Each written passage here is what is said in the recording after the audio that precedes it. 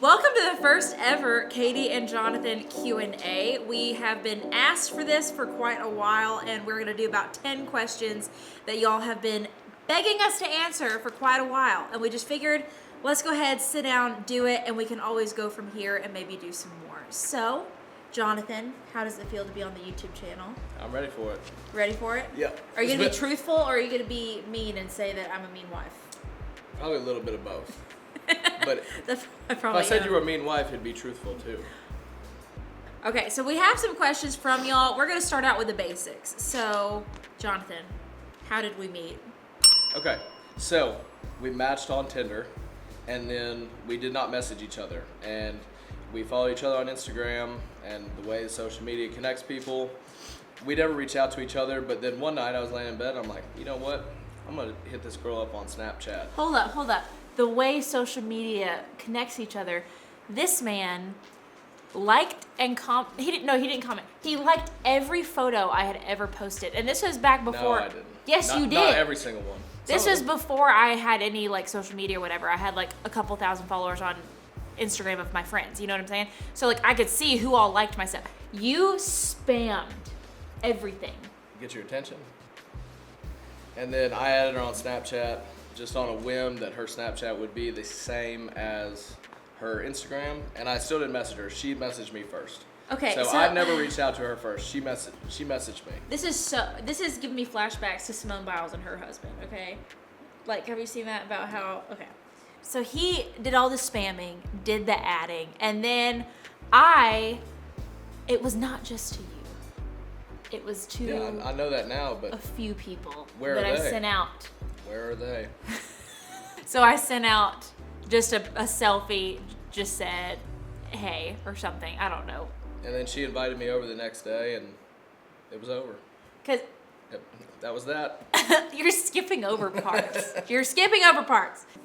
His family was my parents' neighbors. So me inviting you over wasn't like, come from Nashville to Nolensville. It was like, hey, drive across the road. Like, he's making it sound like it's a little different, okay? And so She wanted me to come over. It was like 11:30 at night. No, it wasn't. It wasn't the evening because I was at the barn riding still, and then you came down. It was probably like 8:30. It was like November something. No. It was your birthday? Yeah. Okay. So sorry. I think it was November 1st because you had just turned 23. Yeah. Because your birthday's 29th. Over 7 years. It's crazy. I just burped. But anyway, I was very much in a state of life where I had just dated so many losers and so many like just not good dudes that I did not want to have like a relationship. I was just like, wanting to hang out. We didn't kiss or anything that night. Like we just like hung out and talked. But like I'd heard about like how you were a little bit of a playboy. And so I expected a kiss from you. And then I got like a Christian side hug and no kiss. And I was like, Where's everybody else? So my best friend, Rebecca, is 5 years older than me. Jonathan's 3 years older than me. So like, he's in between our ages. And me and Jonathan were like in the same large friend group, of just Nolensville kids. But then like I would go to a bonfire, but I would go home before he would arrive there because he was, the type that arrived at 11. We had just kind of missed each other for a long time. And then I told Rebecca, I was like, hey, Jonathan Mabry? And she was like, no. And she was like, absolutely not. No, you're not allowed. And I just boy, was she wrong. I didn't listen. So now we're married. But yeah, that's how we met. I messaged him on Snapchat. I hate that story. Hate it. What was your first date? So. Okay, hold on. Redo that because my face was not ready. It's like. What was your first date? Our first date. It was in a deer stand. It was in a deer stand It was in a double man ladder stand. Your place. At my house. And I thought I was pretty slick at the time. And we saw some deer. It was like a 1.5 man. You put us in the tiniest 2-man ever. Like I said, I knew what I was doing. We were like scrunched up together. Yeah, we're smushed together. And I just kept looking behind me, but she was on my right side. And I just kept looking behind me and like almost brushing my nose with her cheek, and she kissed me. So You know, she messaged me first. She kissed me first. you were turning your face or whatever, and I just kept thinking you were gonna kiss me. Like I said, I knew that I was the good little Christian girl, and you were the playboy. Okay, I thought you were gonna do it, and then you just weren't, and it really made me mad. And so what happened was, I don't know if you remember this. So you leaned forward one time, and I kissed your cheek. Yeah, I remember that. I leaned down and I kissed your cheek, and then we didn't see any deer. After that, we didn't see any deer after that. So that wasn't really a hunting date anymore. We were just kind of making out in a deer stand, but it was nice. For first dates, two-man ladder stands are better than box blinds. Yeah, two-man ladder stands. Because it forces you to sit together the whole time. Pro tip. Let's talk about the engagement. How'd that go for you guys? How long did it take? Which, mind you, I was 20 when we started dating, so it took like two and a half years. Yeah, something like that. Which I thought was fine. I didn't really want it earlier. We got engaged like right before you turned 23 or right after. It was right after I turned 23. Something like that. But at the time, I'm not saying Katie still is, but she's very gullible. And so I guess oblivious isn't the right word, but you could say gullible is written on the ceiling and she'd look up. At the time. Maybe not anymore. So I had a ring. She had no idea. And so we had planned for my whole family to go to Arrington Vineyards, which is vineyards down the road from us. And I had secretly planned for her Nana to be there, her grandfather to be there, and her family. And so... And Aaron to take pictures. Yeah, and I got her cousin, who's a photographer, to be there and like hide in the bushes and film it and take pictures. So she didn't know. And so we go, and then we get there, and I'm like, man, I can't believe we're having your favorite meal. We're having chicken tenders. And she's like, man, that's awesome. It's going to be a good day. She was a little worried about what she was going to eat. Let them know what I said to you on the way there. Oh, she was like, you're not going to propose, are you? Because my nails were terrible, my hair was terrible, my makeup had been on 8 hours, I didn't like my outfit. And in my head, I was like, this is happening regardless. I'm not really worried about that.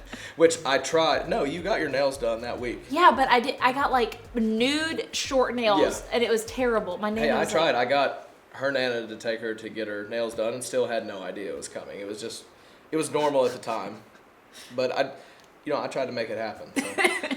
We got there and I'm like, man, this is awesome. Your favorite food, chicken tenders.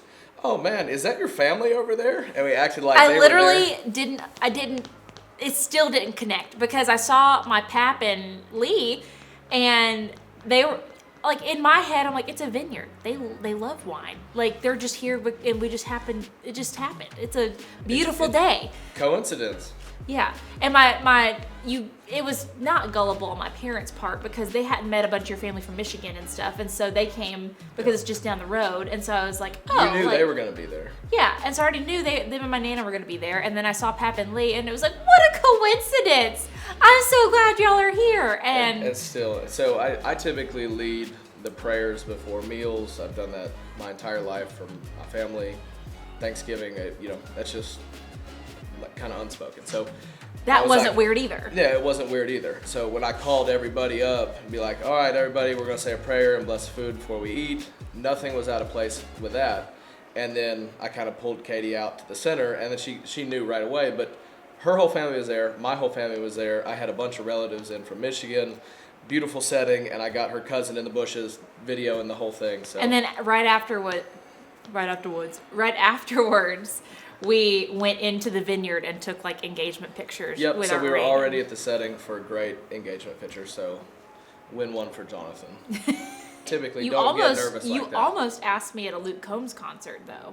That just didn't work out. I almost made it happen. I was talking at the time to Luke Combs' manager about letting me get up on stage, but we were close. But the thing is, if he let one person do it, he would have to let other people do it, so I understand it didn't work out. But at one point it was a yes, and then it turned into a no. But so it was close, but I would have rather done it with my family instead of a bunch of drunk idiots, Yeah, it was special. It was very special. It was. We'll have to find that video. It was just a phone video, but I don't always execute plans like I intend, but that one did go as intended. I will say, I make surprises easy. Yes. You didn't have to work that hard to surprise me. No. Like, in the past, my parents have hidden my Christmas presents in plain sight, like just out in the open. Like, I would be hard on myself about it, but it makes everyone in my life easier. So, my gullibility is fine. I'm okay with it. You can ask it. You can make it differently. You can ask it. Should I get closer? Just yell it. Do you know how to yell, Abigail? I've never heard you raise your voice. What's your favorite quirk about each other? Mind you, these questions we did not think about beforehand, so I don't. I'm what is going in blind. Your favorite? Okay, you start. What's your favorite quirk about me? Honestly, that you like animals more than people. That's a quirk? Yes. Yep. You would Beige flag for sure. It's a beige flag. It's just a quirk that I never found in anybody else that I pursued. And Meaning he did not date other crazy animal girls beforehand. I dated other girls that liked horses, but they did not have the same passion for animals and outdoors as you. And that's what really sealed the deal, besides, just becoming best friends. What's my favorite quirk about you? There's so many to choose from. Just quirky, huh? You're not going to call it a quirk, but I call it a quirk. Is your unprecedented preparedness. Okay?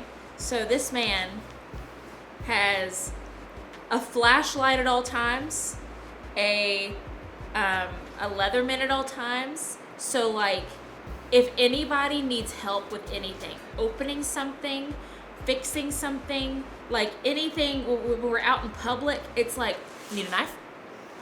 You need a flashlight? You need a Leatherman? You need pliers? I got pliers.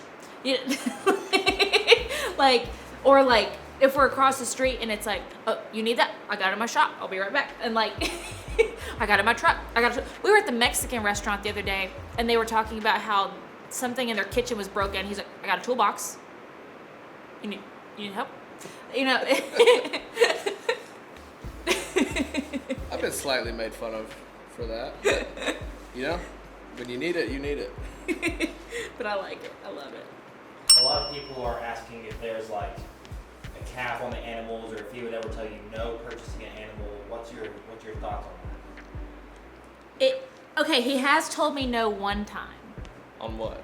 When we were living at our first house, you Yeah. told me I couldn't get a dog after Kimmy because until we moved. We didn't have a fenced-in yard yet. So Yep. he told me I couldn't get a dog while we were at that house. And I agreed with him. It made sense. But I'm an impulsive person, so I wanted a puppy. And so we waited another year and a half before we got a dog. I think that was probably the only animal that I actually put my foot down and was like, no, we're not getting another dog. We don't need another dog in this house until we move, because we had planned on, we knew the possibility of moving to a house not in a subdivision, and at that point, sure. But other than that, I mean, I've agreed with her talking about animals that we shouldn't get.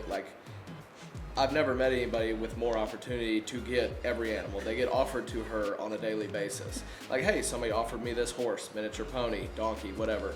And a lot of times we agree, or in the past I've brought up points that has persuaded her not to get an animal. Be like, I don't think that this is right because of this. But overall, I don't think I've really ever, you've never felt good about getting an animal, and I just said flat out no. Usually We always talk about it. if you're like, okay, but what about this? Usually because I do get kind of, I get hyper fixated on all the good things about a situation, and I don't look at the downsides. And so sometimes when I'm trying to make a decision, when I'm so excited, he will bring up hey, but what about this, whatever, and it brings me back down to earth for a minute to where we make a decision. I don't know that you've really ever just said no, you can't have that. I The don't think cat. so. Oh yeah, no cats. Yeah. He's allergic for the inside, but that is the one that you will not let me have cats. No. I had rose-colored glasses about a zebra for a minute, Yeah. and he did bring me back down to earth about that one. Yeah. The only animal that you told me, like, no, we shouldn't get that, was before we were married, before we were technically, like, living together, and I wanted a dog. And you were like, you don't need a dog. We don't need a little dog. What? No, let's not do that. Yeah. And I just called Shayna and was like, get in the car, we're going to get a puppy. And we got Kimmy. And then she turned into like the light of your life. So. I was like, we don't need a little dog. We need a duck dog. We need a hunt dog. And then now Kimmy is the light of my life. She's a 6-pound miniature dachshund. Yep, she is. I think I'm getting softer in my old age in some ways, especially for little tiny animals. Yeah, in my old age. Yeah. So Kimmy is our child. Kimmy and Winnie are both our child, but Kimmy was our firstborn, and and we birthed her. I carried her for 9 months. Here's the thing: I've never bought anything without telling him that would have really financially affected us or affected him personally. But if it's going to be an expensive horse that like is an actual expense, or if it is something in our house, like I don't think I've ever not. Well, I give you the same respect with equipment.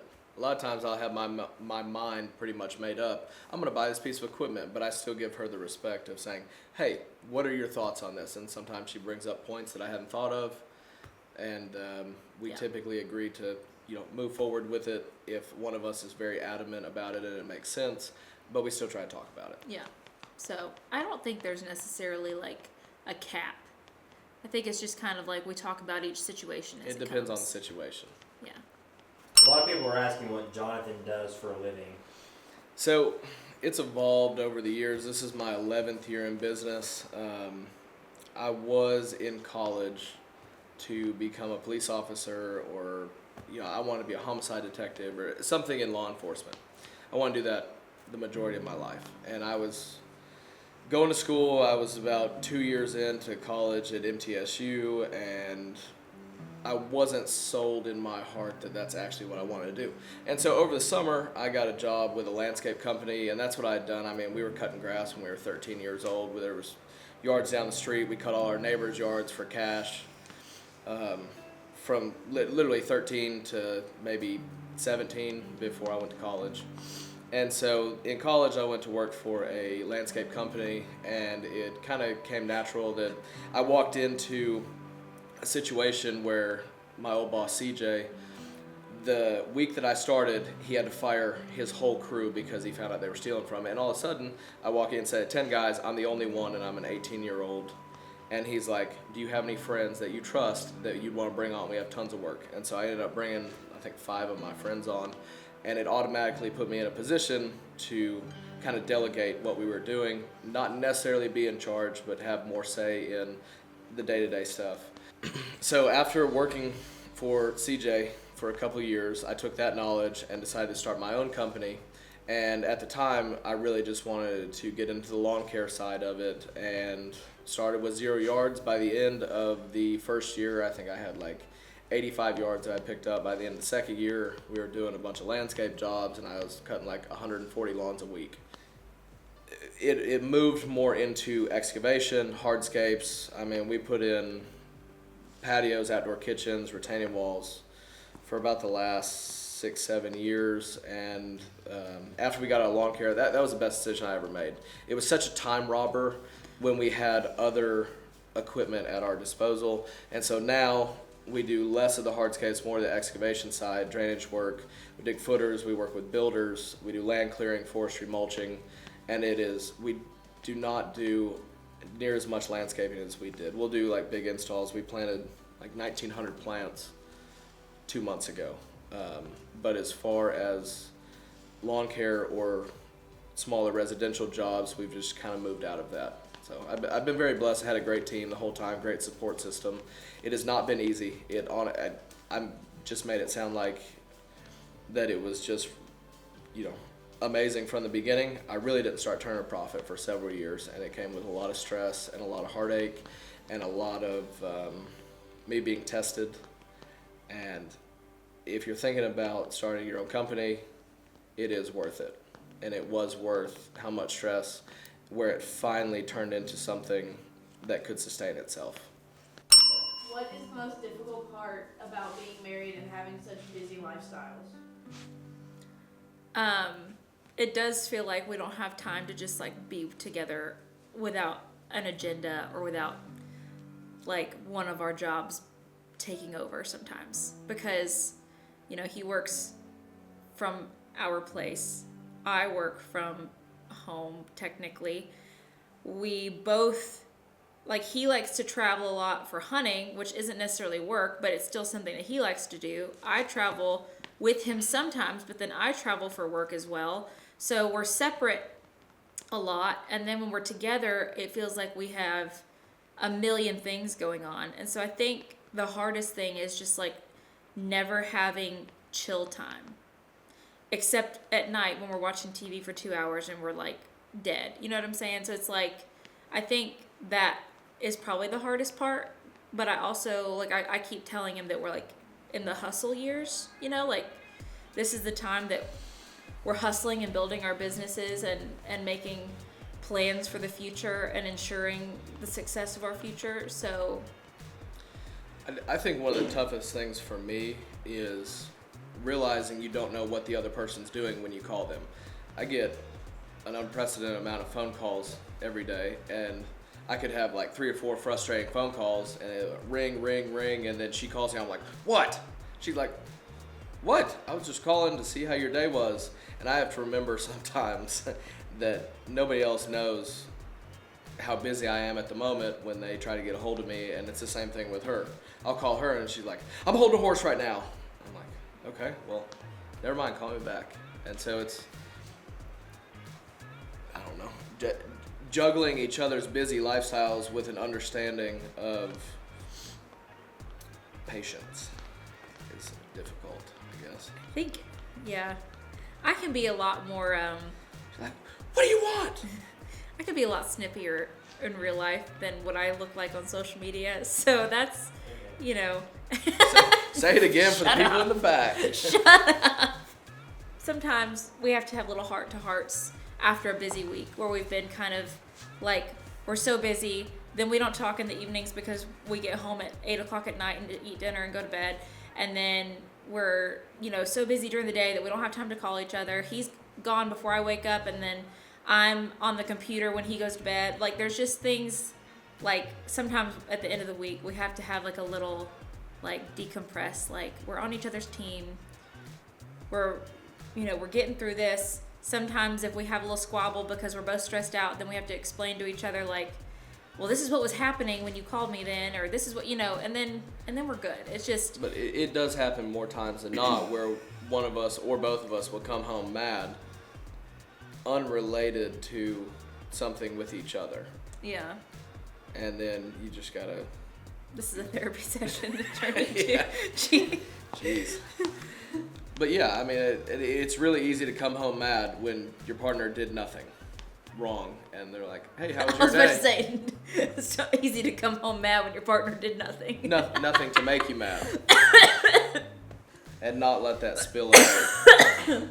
Dying. Because I am bad about that sometimes. Yeah, we just, it's and like I said, we're in the hustle years. We don't have kids. We don't, we're like, we've moved a couple times in the last couple years, and we're constantly trying to renovate things, constantly building, constantly like upgrading, and which is fine. That's great. This is the time in life to do that. But I think that is the hard part. Like, the good parts of our life are the hard parts of our life. It seems sometimes like it's necessary. It's the time to do it, but it also does put a strain, and we have to like come back down to earth sometimes. Who is Jonathan's favorite animal besides Kimmy? Besides Kimmy. Kimmy. I feel like I know. Animal, not specific. So you can't, not just horse, not just whatever, animal. Specific animal? Yes. I don't know. I really don't. Which one makes you feel the most joyful in your heart when you see and touch? I don't know. Probably Posey. Posey? I would say so. Posey makes me feel good in the heart too. I love animals too, but it's hard not to look at Posey and melt a little bit. I really like Ginger. I was there when she was born. Even before we bought VS Code Red, she was always my favorite horse. I don't know. I don't really care for Winston. We didn't ask you who your least favorite was. Well, I'm answering that. I'm answering my own questions. Don't care for I don't know. Winston. I like Poppy and Petunia. You're about to get so much hate for that. Winston has his own feral fan club. Cult following. I love Winston. I thought you were gonna say Bella. Yeah, I like Bella. I mean, at first, when the whole "can we have a goat in the house," I was like, look, 2 weeks max. I understand the need for it. It was horrible. Absolutely horrible. It got to the point where I was like, out. No more. And there was goat turds all over our house. But hindsight, it created a goat dog that wants to come up and love on you. And it was the right move, but it was horrible. And so when we had the next goat in the house, we had a much different plan, and it went a lot better. She didn't turn into as big of a dog, though, which is probably actually good. I know. But I really do like Bella. Yeah. All right, so Posey, though, that's your... I would say Posey. Posey's pretty... When we went and got her, when we first saw her, I mean, it's obviously the smallest mini cow I've ever seen. But how can you not love Posey? Yeah, it's true. I did see some people asking if you ride horses or if you've ever ridden. Yeah, I mean, me and my buddies would go trail riding. On like Sam's horses? Yeah, on nice broke horses and Old broke walking that horses. That was fun, but honestly, and they go drink beer riding through the woods. Yeah, that's my kind of riding horses. I haven't ridden a horse in several years. I think the last time you rode, and let me tell the story. No, let me tell the story. No, let me tell the story. I had a show horse when he met me, named Tank, and he was broke, so easy to ride. So I was like, hey, get on Tank. He's super safe. And so we had just started dating, and he gets on Tank, is walking around, and I start telling him how to make him, trot or... I mean, this is a pleasure horse. I was like, lope him around. Loping's the same speed as a trot. Do we need to... No. I mean, I think it's funny, but I'm sorry. I forgot how that would be careful. And so I was like, this is the best time to make coffee, Matt. I don't know what you did. I really don't. And Tank took off. The most broke Western pleasure horse ever. Took off. He's trotting, and he's 16 hands. So he was like, he had a big trot too. He was trotting, but he had a really short trot because he was pleasure horse. And so he was bouncing him off the saddle like this tall. When he did lope, Jonathan's hands up here, where the arms are going. The whole time she's screaming profanities at me, making it a very nice learning experience for me. And so I will say she is a great patient teacher to everybody except me. And so it just wasn't worth it for me. You wouldn't even do a second chance though, because here's the thing, is that when someone's teaching you how to do something, like you hear the first bit of, okay, that's how I do it, cool, and then you go and you don't listen anymore. So you have to listen the whole time because there's little things that make a big difference. I couldn't hear over the shrieking. Okay. Anyway, I know how to ride a horse. No, I have no plans on getting back on a horse anytime soon. What's your favorite hunting story that you have together? Favorite hunting story? Not G-rated. Next. What's an interesting fact about each other that you want to share with the world? That you want to share with the world? Interesting fact. Jonathan is a very talented juggler, actually. He showed me that very early on in our dating. That's what got it. That's what got Hook, it. line, and sinker. Katie says about 2,000 times a day. So. Can't tell them that. That used to be a TV show host. Oh, yeah. I just found out about that. Oh, you didn't know that? It was actually really good, but poorly managed. In a short 30-second summary, where would you see yourself, both of you, in 5 years? You want to go first or you want me to go first? You go first. 5 years. And this is not an invitation to ask me every 5 seconds, but I would love to be a mom. I would love for us to maybe live on a little more land. I would love to have a little bigger space for animals and have a larger breeding program and just be living life with you, baby. I mean, that's basically what I'd like, to be a dad, to, purchase more land. But every time I think I have a 5-year plan or even know what I'm doing next year, God always takes that and has given us something better than we imagined. So there really is no 5-year plan. It's honestly trusting in God. And in the moment, it may seem like it sucks. It may, like the dream that we had may get squashed. Like we were just talking about how we literally forget that how I was gonna be hosting a TV show for a minute, and then that ended. And for a minute, I thought that was terrible, but it has then led to being open to way better things. And same thing with like your company. And there's just, every time we think we have everything figured out, it gets changed, but it's always ends up being for the better. It's hard to have a 5-year plan other than hoping to continue to minister to people and do right by people and hopefully become parents and keep bettering ourselves and growing our businesses. And that's about it. We have no idea what's going to happen. Mm-hmm. Hey, as long as we're together, baby.